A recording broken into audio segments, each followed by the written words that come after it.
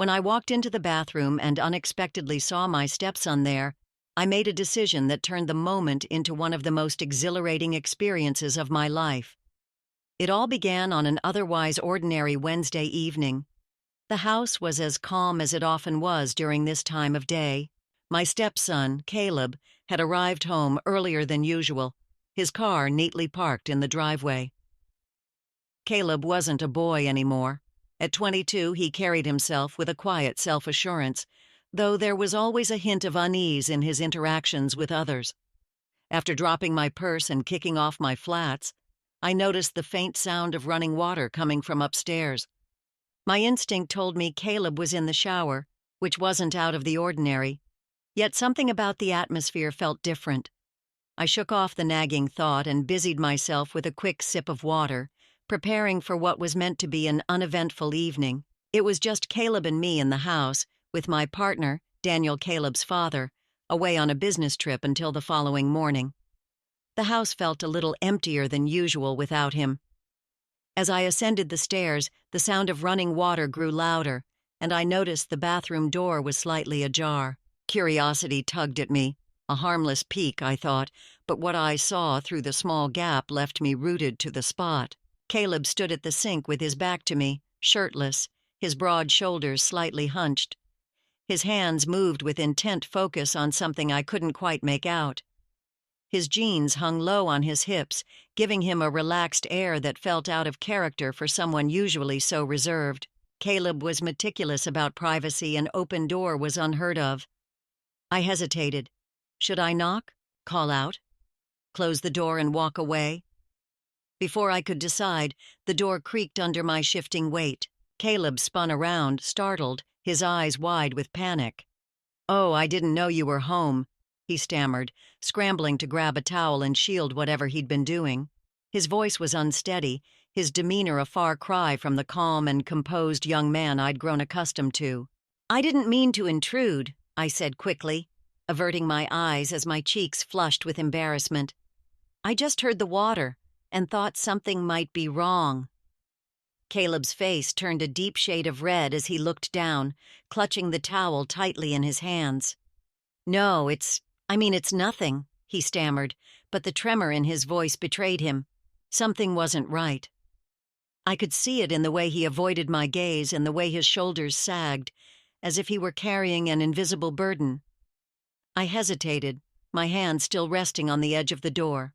Part of me wanted to retreat and leave him to his privacy, but another part, a stronger, more insistent part, felt compelled to press on. "Caleb," I said softly, stepping just inside the bathroom and closing the door behind me. "If something's wrong, you can tell me. I promise. No judgment." He froze, his grip on the towel loosening slightly. For a moment I thought he wouldn't respond, but then he exhaled shakily and sank down onto the edge of the bathtub. "It's kind of embarrassing," he admitted, his voice barely audible. I leaned casually against the counter, keeping my posture relaxed to make him feel at ease. "You don't have to tell me if you're not comfortable," I said gently, "but sometimes it helps to talk about it." He nodded slowly, his eyes fixed on the floor. "It's just, I've been dealing with something, and I didn't know who else to talk to." His vulnerability took me by surprise. Caleb had always been so independent, so self-reliant, that he was choosing to open up to me, someone he rarely shared personal matters with, felt significant. "What is it?" I asked, keeping my tone neutral yet encouraging. He hesitated, rubbing the back of his neck. "It's about my body. Something doesn't feel normal, and I don't know if it's something to worry about or if I'm just overthinking." The words tumbled out of him in a rush, as if he had been holding them in for far too long. I felt a pang of sympathy for him. It must have taken a great deal of courage to admit even that much. "Well," I said, carefully choosing my words, "you're not alone. Everyone has questions like this at some point, and it's a good thing you're paying attention to your health. Do you want me to help you figure it out?" Caleb glanced up at me, his expression a blend of relief and hesitation. "You wouldn't mind?" "Of course not," I replied, offering a reassuring smile. "We can handle this together." As we began talking, the initial awkwardness slowly dissolved. Caleb explained his concerns in halting sentences, his words punctuated by nervous glances at the floor. I listened attentively, offering reassurance and practical advice whenever I could. The weight of his concerns became increasingly evident as he spoke, his voice trembling with each word, revealing just how long he had kept these thoughts bottled up. The bathroom, warm and filled with the faint scent of soap, seemed an unlikely setting for such a vulnerable conversation. Yet, at that moment, it felt like the only place in the world that mattered.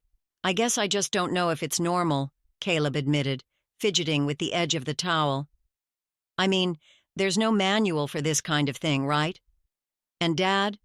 Well, he's not exactly the person I'd want to ask." His words lingered in the air, the unspoken truth behind them cutting through the tension. Caleb and Daniel had a good relationship, but there was always a layer of distance, a barrier neither of them seemed to know how to breach. "I get it," I said softly, leaning against the sink. "Sometimes it's hard to talk about things, even with the people closest to you. But you're doing the right thing by bringing it up. It's better than keeping it all inside." He nodded, though his expression remained clouded with uncertainty. I don't want to seem weird or—" "Caleb," I interrupted gently. "Everyone feels like that at some point. Trust me, you're not weird. You're brave for even bringing it up." His lips twitched into the faintest smile, and for a moment, the weight of his worries seemed to lift. I thought the tension in Caleb's shoulders might ease, but it was clear he still had more on his mind. "I've been feeling like I don't really know myself anymore," he admitted, his voice barely audible. "Like I don't fit in anywhere and I don't know what's wrong with me." The vulnerability in his words struck me deeply. This wasn't just about a physical concern. It was something more profound, something that had been weighing on him for a long time. "Caleb," I said after a moment's thought, "there's nothing wrong with you. You're figuring things out and that's okay. Nobody has all the answers, especially not at your age." He glanced up at me, his eyes searching mine for reassurance. "You really think so?" "I know so," I replied firmly. "And no matter what, I'm here to help you. We'll figure this out together." For the first time, Caleb's posture relaxed slightly. He leaned back against the wall, the towel still clutched in his hands, and let out a deep breath. "It's just, I've never talked about this stuff before. I didn't think anyone would understand." "Sometimes we don't give people enough credit," I said with a small smile. "You'd be surprised how understanding they can be if you give them a chance. But it's also okay to be selective about who you open up to. Not everyone needs to know everything." He nodded, this time with a bit more confidence. "Yeah, I guess that makes sense." The conversation shifted after that, moving away from the weight of his initial concerns to more practical matters. I shared what advice I could, drawing from my own experiences and knowledge. I kept my tone light, careful not to make him feel judged or uncomfortable. As we talked, I noticed a change in Caleb. The guardedness that typically surrounded him seemed to fade, replaced by a tentative openness. It was as though he was finally allowing himself to be seen, not just by me, but by himself as well. I didn't know what I was thinking, but I was certain this wouldn't be the last time I held it. After what felt like hours, the conversation began to wind down. The tension that had filled the bathroom earlier was gone, replaced by an unexpected sense of calm. Caleb looked at me, his expression a blend of gratitude and relief. "Thanks," he said softly. "I didn't think I'd ever be able to talk about this with anyone." I smiled, reaching out to gently pat his shoulder. "I'm glad you did. And remember, you can always come to me if you need to talk about anything. No matter what, I'm here for you." He nodded, his eyes glistening with unshed tears. "I'll remember that." As I stood to leave the bathroom, I couldn't help but feel a strange mix of emotions. On one hand, I was relieved that Caleb had opened up to me and that I'd been able to help him. On the other hand, I couldn't shake the feeling that this was just the beginning, that there was more to his struggles than he was letting on. The rest of the evening passed quietly. Caleb retreated to his room, and I found myself sitting alone in the living room, a cup of tea in my hands, replaying the conversation in my mind. It was rare for Caleb to open up to anyone, and the fact that he had chosen me felt significant. But it also left me with a lingering unease. What if there were more things he was grappling with? And what if I wasn't equipped to help him? The questions swirled in my mind as the hours ticked by. Eventually, I forced myself to go to bed, though sleep didn't come easily. I lay awake, staring at the ceiling, the weight of the day pressing down on me. Even as doubts crept in, one thing was certain: I would do everything in my power to be there for Caleb, no matter what. Little did I know, the events of that evening were just the beginning. The next few days unfolded with a strange, almost tangible tension lingering in the air. On the surface, everything seemed normal. Caleb continued his routine, working part-time at the local cafe, spending time in his room, and steering clear of the heavier topics we had discussed. But I couldn't shake the feeling that something had shifted between us. Something I couldn't quite define lingered in the air between us, yet I could certainly feel it. I tried to carry on as though everything was fine. After all, Caleb had opened up to me, and I had done my best to reassure him that things would be okay. But little moments kept catching my attention. I'd see him retreat into himself, his eyes avoiding mine as we passed in the hallway, or notice how his shoulders tensed whenever I tried to engage in small talk. It was as though he had withdrawn into a world I couldn't access, a space he hadn't let me in on. One evening at dinner, as we sat together in near silence, I caught him glancing at me from the corner of his eye. Our gazes met for the briefest second before he quickly looked away, his cheeks tinged with pink. It was a fleeting moment, but it left me with an unsettling feeling, as though there was something unspoken lingering between us. I tried to brush it off, but the weight of it stayed with me. Whatever connection we had, it felt like it was evolving into something undefined, something I couldn't quite grasp. Patrick came home that night, his usual cheerful self, and we settled into our nightly routine. But even with his presence, something felt off. Caleb was quieter than usual, and I couldn't help but notice how his eyes would drift toward me throughout the evening, only to quickly look away when I noticed. It was subtle, but undeniable. The next day, with Patrick at work, I found myself alone in the house with Caleb. I was in the kitchen preparing lunch when I heard the soft sound of footsteps behind me. Turning, I saw Caleb standing hesitantly in the doorway, his posture uncertain. "Hey," he said, his voice barely above a whisper. I greeted him, keeping my tone light. "Everything okay?" He looked at me for a moment before nodding slightly. "Yeah, I just wanted to talk." A small knot of anxiety formed in my stomach. This was it, the moment that had been lingering between us for days. I set down the knife I'd been using and turned to face him fully. "What's on your mind, Caleb?" I asked, my voice calm despite the nervous fluttering in my chest. He hesitated, shifting his weight from one foot to the other, as though debating whether to speak at all. I've been feeling kind of strange lately," he began, his words slow and deliberate, as if he were carefully choosing each one. "I don't really know how to explain it, but something's been bothering me, something I can't quite put my finger on." I gave him my full attention, watching as his gaze fell to the floor, avoiding mine. "You know you can talk to me, right?" I said softly. "If something's bothering you, I'm here." He didn't respond right away.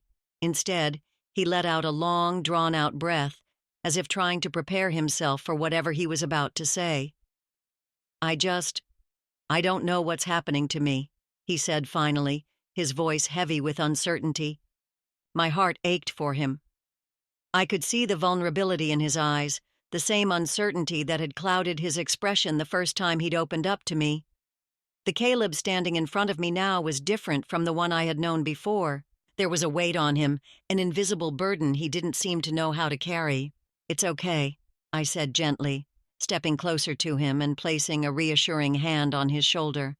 You don't have to have all the answers right now. Sometimes we don't know everything right away, but we can figure it out together.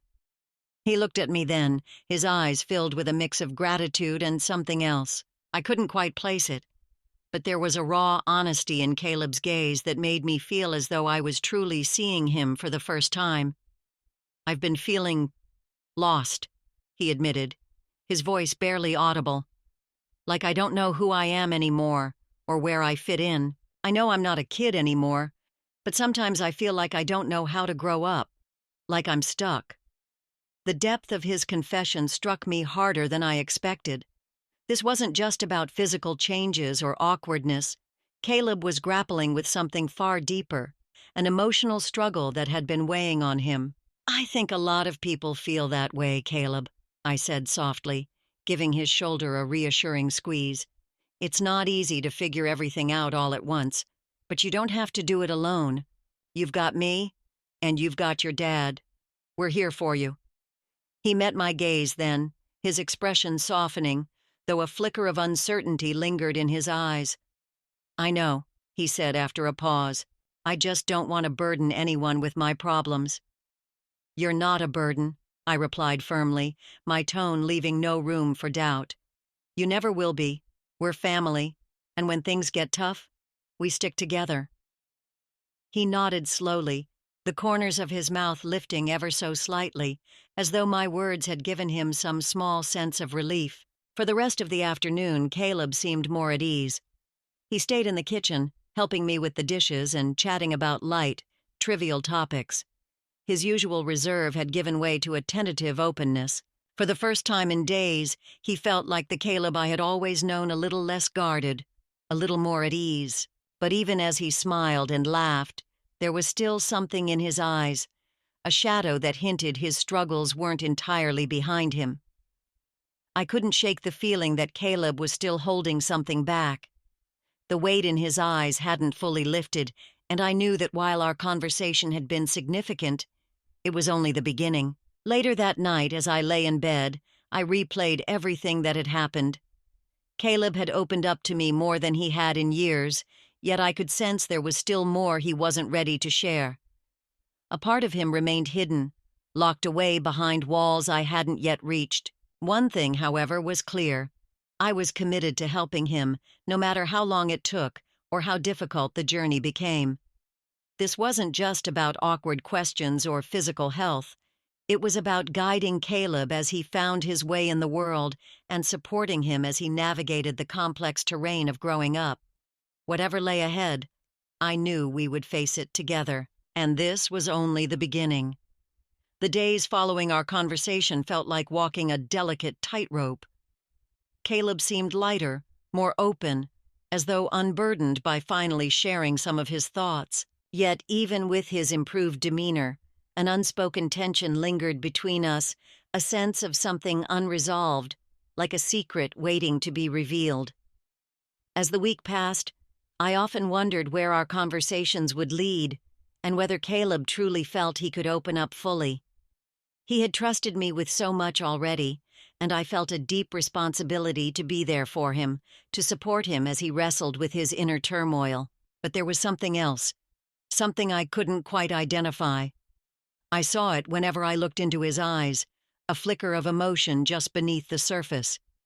At times, it felt as though Caleb was teetering on the edge of something monumental, something that had the potential to change everything. One evening after dinner, Caleb seemed more distant than usual. He had barely spoken throughout the meal, his responses to my questions brief and detached. I glanced at him several times, but his gaze was always averted, as though he were lost in his thoughts. After dinner, Patrick retreated to the living room to watch TV, leaving me alone in the kitchen. I busied myself with the dishes, but I couldn't shake the feeling that something was off. It was then that Caleb appeared in the doorway again, his expression unreadable. His eyes, usually filled with hesitation, now seemed darker, clouded with something I couldn't quite grasp. My heart skipped a beat as I turned to face him, wiping my hands on a dish towel. "Caleb," I said softly, striving to keep my tone neutral, though the concern in my voice was evident. "Is everything okay?" He nodded, but didn't step into the room, lingering instead in the doorway. The silence stretched between us, heavy with unspoken emotion. "I've been thinking about our conversation," Caleb said finally, his voice low and hesitant, "and about what you said about being here for me." He paused, then took a cautious step closer, his face tight with tension. "I think I need to talk to you about something else. Something I haven't been able to figure out." My pulse quickened at his words, and I stepped forward instinctively, my heart a mix of concern and curiosity. "Of course, Caleb," I said gently. "Whatever it is, we'll talk through it. You don't have to carry it alone." He sighed deeply, running a hand through his hair, a nervous habit I had come to recognize as a sign of his vulnerability. "It's not easy for me to say this," he admitted, his voice trembling slightly. "But I need to tell you something. It's been eating at me for a while now, and I don't know who else to turn to." I stood frozen, my breath catching in my throat. Whatever this was, it felt significant, monumental even. I didn't want to pressure him, so I stayed silent, simply nodding to encourage him to continue. Caleb began, his voice faltering as his eyes flickered to the floor before meeting mine again. "I don't know how to explain this, but I've been feeling different about you." The words hung in the air, heavy and unexpected, leaving me momentarily stunned. I blinked, unsure if I had heard him correctly. "Different?" I echoed, my voice barely audible, my heart racing. "What do you mean, Caleb?" He swallowed hard, his jaw tightening as though he was struggling to keep his composure. "I've been feeling confused," he said, his voice thick with emotion. "I've been questioning a lot of things about myself, and I think I might have feelings for you." The confession struck me like a bolt of lightning, leaving the room impossibly still. I didn't want to say it out loud," he continued, his words rushed, "because I didn't know if it was just me being messed up. But the more I've thought about it, the more it feels real." His confession left me frozen in place. I stared at Caleb, unsure of how to respond. His words blurred in my mind as I struggled to process what he was saying. My heart raced, and my thoughts spun wildly, trying to make sense of it all. This wasn't what I had expected. It wasn't what I had prepared for when I promised to be there for him. But as I looked into his eyes, I saw raw honesty and desperation. Caleb wasn't asking for anything. He was simply trying to understand what he was feeling. At that moment, I realized he needed someone who would listen, someone who wouldn't judge or shy away, no matter how complicated things might get. Still, I couldn't deny the flicker of something else within me, a sense of relief, even excitement. I thought back to the moment in the bathroom, the image of him replaying in my mind more times than I cared to admit. Every time it surfaced, it stirred something deep inside me that I couldn't ignore. I took a slow, steady breath, trying to calm the storm within. "Caleb," I said softly, my voice trembling slightly, "I'm so glad you came to me. But I need you to know something." I paused, searching for the right words, my emotions a tangled mess. "You're not messed up. You're just going through something that's confusing, and it's okay to feel lost sometimes. But I need you to understand that what we're talking about, it's complicated. This whole situation is complicated." He nodded slowly, his eyes reflecting a mix of fear and relief. "I know," he said, his voice cracking slightly. "I just didn't know who else to talk to, and I didn't want to carry this anymore." I could see the vulnerability in him, the way his emotions were laid bare. This wasn't about desire. It was about confusion, about finding a safe space in a world that suddenly felt overwhelming. I took a step toward Caleb, placing a gentle hand on his shoulder.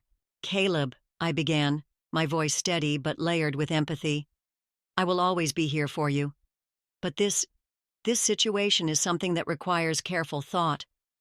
What you're feeling, it's okay, but we need to navigate this slowly. I can't give you what you want in the way you might be hoping for right now, and I don't want to lead us down a path that could hurt both of us." He looked at me, his lips trembling slightly, as if bracing for rejection or for me to pull away. But I didn't. I stayed where I was, standing firm, trying to offer comfort in the only way I knew how. "I'll always be someone you can talk to," I continued softly, "but we need to figure out what all of this means without rushing into anything." Yet, even as I spoke those words, something shifted inside me. A part of me questioned why I was holding back. Why wasn't I giving in to what he was asking for, especially when I couldn't deny the excitement bubbling within me? Without another thought, I placed my hands around his neck and kissed him. He kissed me back, and it wasn't just a kiss, it was an explosion of desire, raw and unfiltered, igniting in both of us. The emotions we had been holding back for so long surged to the surface in that moment.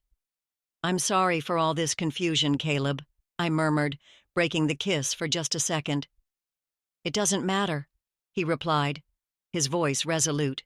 "This is amazing." Without hesitation, I kissed him again, but this time, I let myself fully embrace the moment.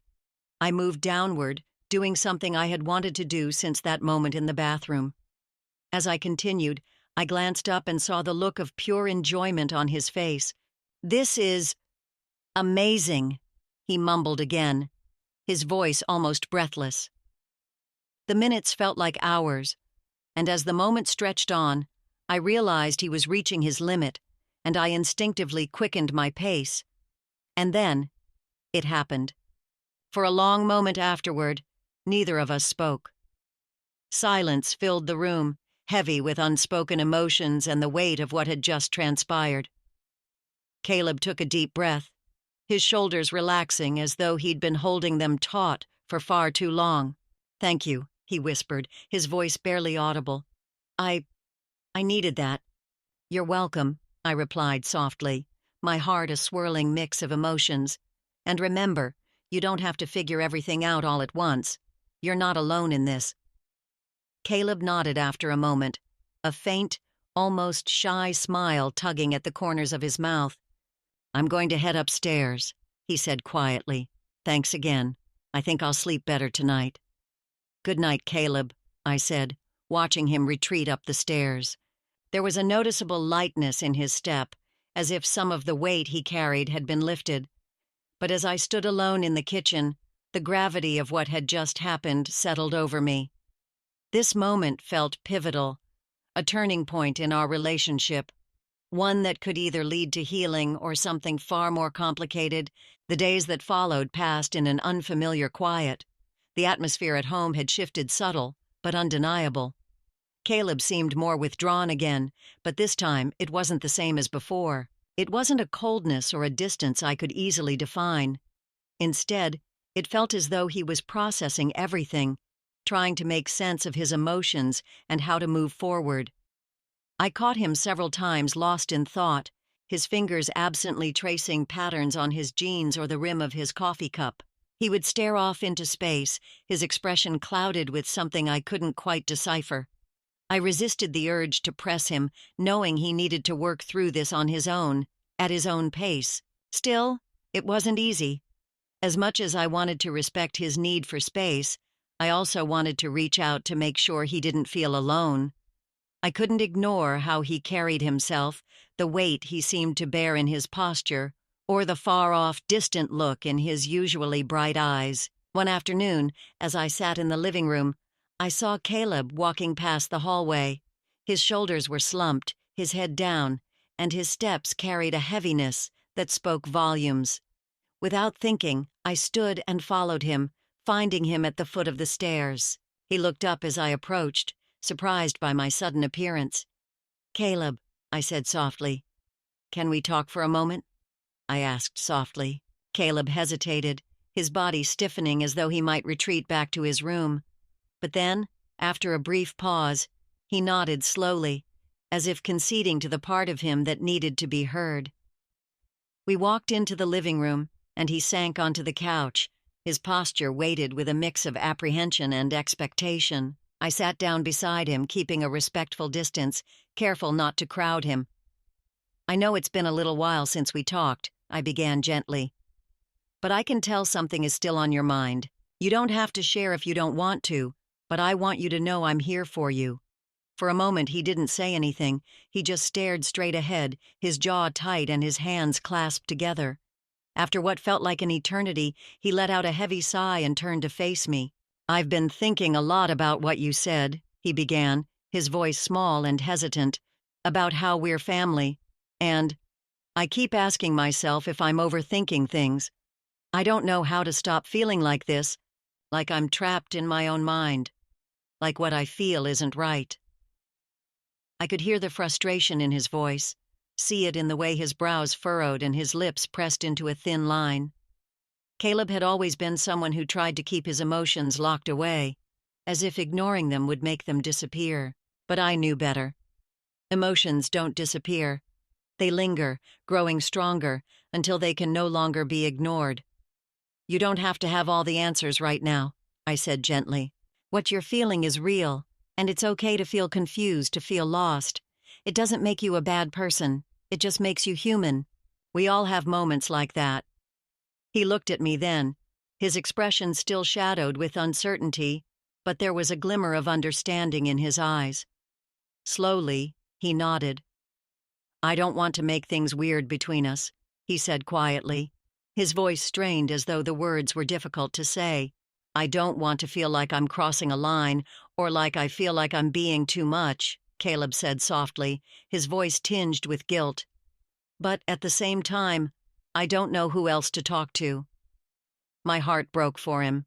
I could see the weight he was carrying, the internal battle to understand himself and make sense of feelings pulling him in different directions. And in that moment, I realized something important. He wasn't looking for answers from me. He was looking for validation. He needed reassurance that his emotions, his confusion, were okay to feel. "Caleb," I said, keeping my voice steady and calm, "you're not crossing any lines, and you're definitely not too much. You're just someone trying to figure things out, and that's completely normal. What you're feeling doesn't make you bad or wrong, it just makes you human." He swallowed hard and looked down at his hands, his fingers fidgeting as though lost in thought. I could tell he was still processing everything I'd said, trying to reconcile it with the turmoil inside him. "Sometimes I wonder if I'll ever stop feeling this way," he confessed, his voice barely a whisper. "Like, if I'll ever be sure of who I am. I don't even know if that's normal." I leaned forward slightly, making sure he knew he had my full attention. "Caleb, it's okay not to have all the answers right now. You're in a process. It doesn't happen overnight, but you'll get there. And you don't have to do it alone."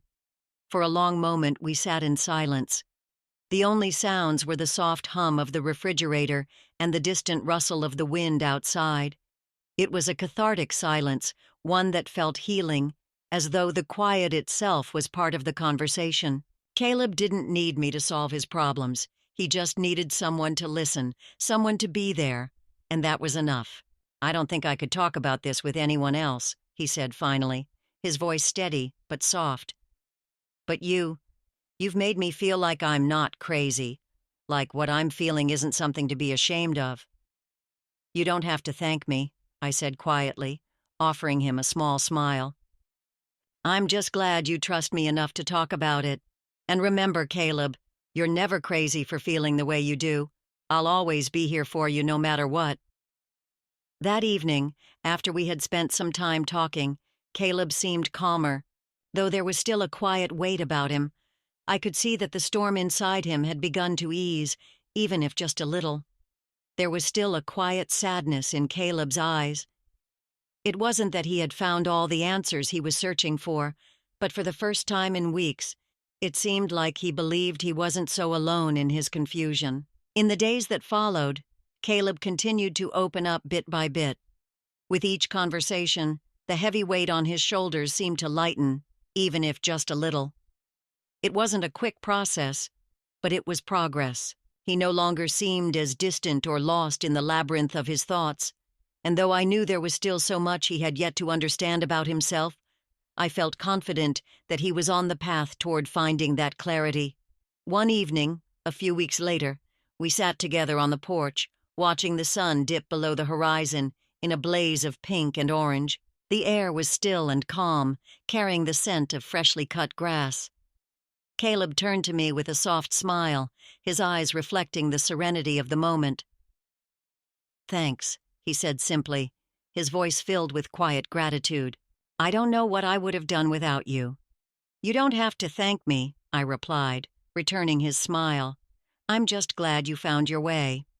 In that moment, I knew that whatever lay ahead, we would face it together. There would be more moments of doubt, more unanswered questions along the way. But I also knew that the bond we shared, a bond built on trust, respect, and understanding, was strong enough to weather whatever came next.